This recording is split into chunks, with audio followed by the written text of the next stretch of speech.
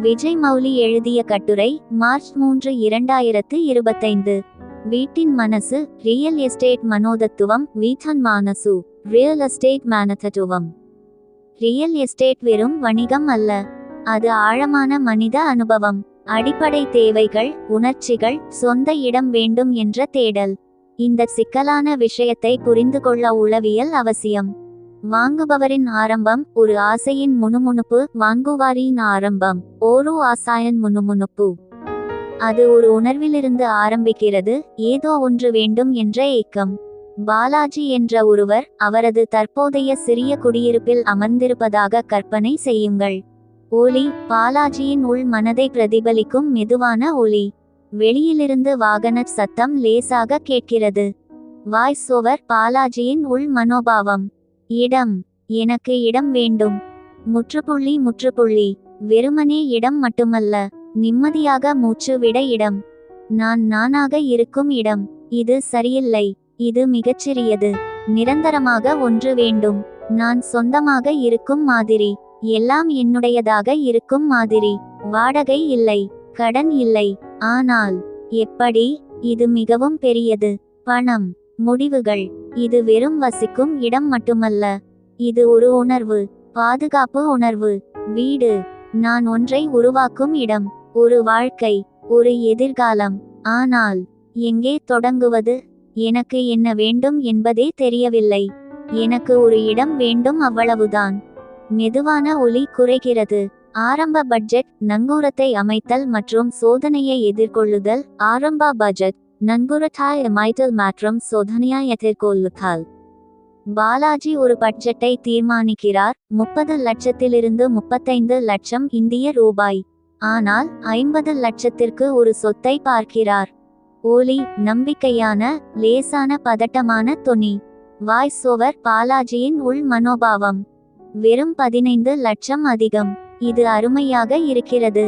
எல்லா வசதிகளும் உள்ளன, இடம் அற்புதமாக உள்ளது. என்னால் சமாளிக்க முடியும். மற்ற செலவுகளை குறைக்கலாம்.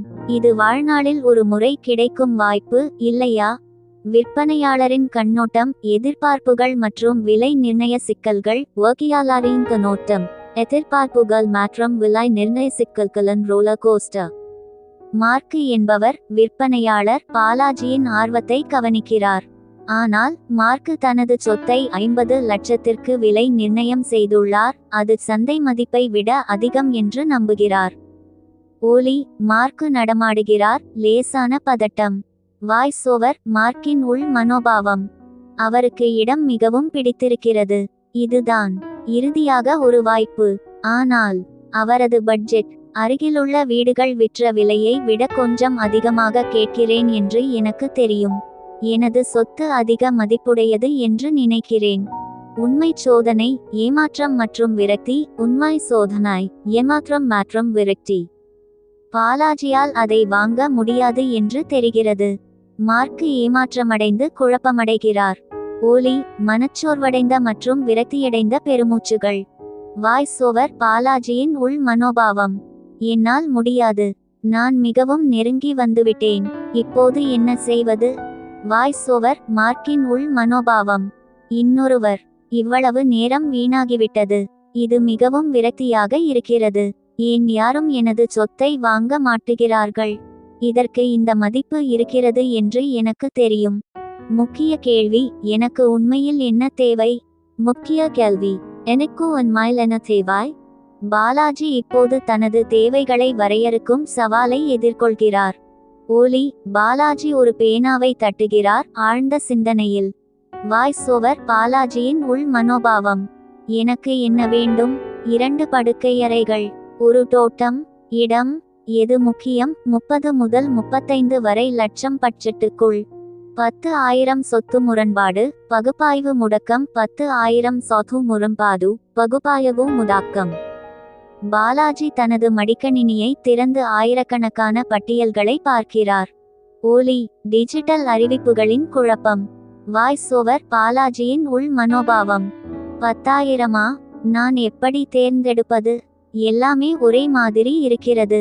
சரியானதை தவறவிட்டால் என்ன செய்வது? எனக்கு என்ன தேடுகிறேன் என்பதே தெரியவில்லை.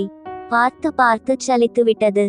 உளவியல் தாக்கம், தயக்கம், வருத்தம் மற்றும் சந்தை தவறான சீரமைப்பு. உளியால் தாக்கம், தயக்கம், வருத்தம் மற்றும் சந்தை தவறான சீரமைப்பு.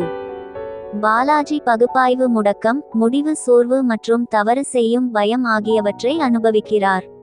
அவர் வாங்குவதற்கு முன்பே வருத்தத்தை அனுபவிக்கலாம். மார்க்கு மற்றும் அவரை போன்ற பல விற்பனையாளர்கள் தயக்கமான வாங்குபவர்களுடன் விரக்தியை அனுபவிக்கிறார்கள், மேலும் சந்தை விலையை விட அதிகமாக விலை நிர்ணயம்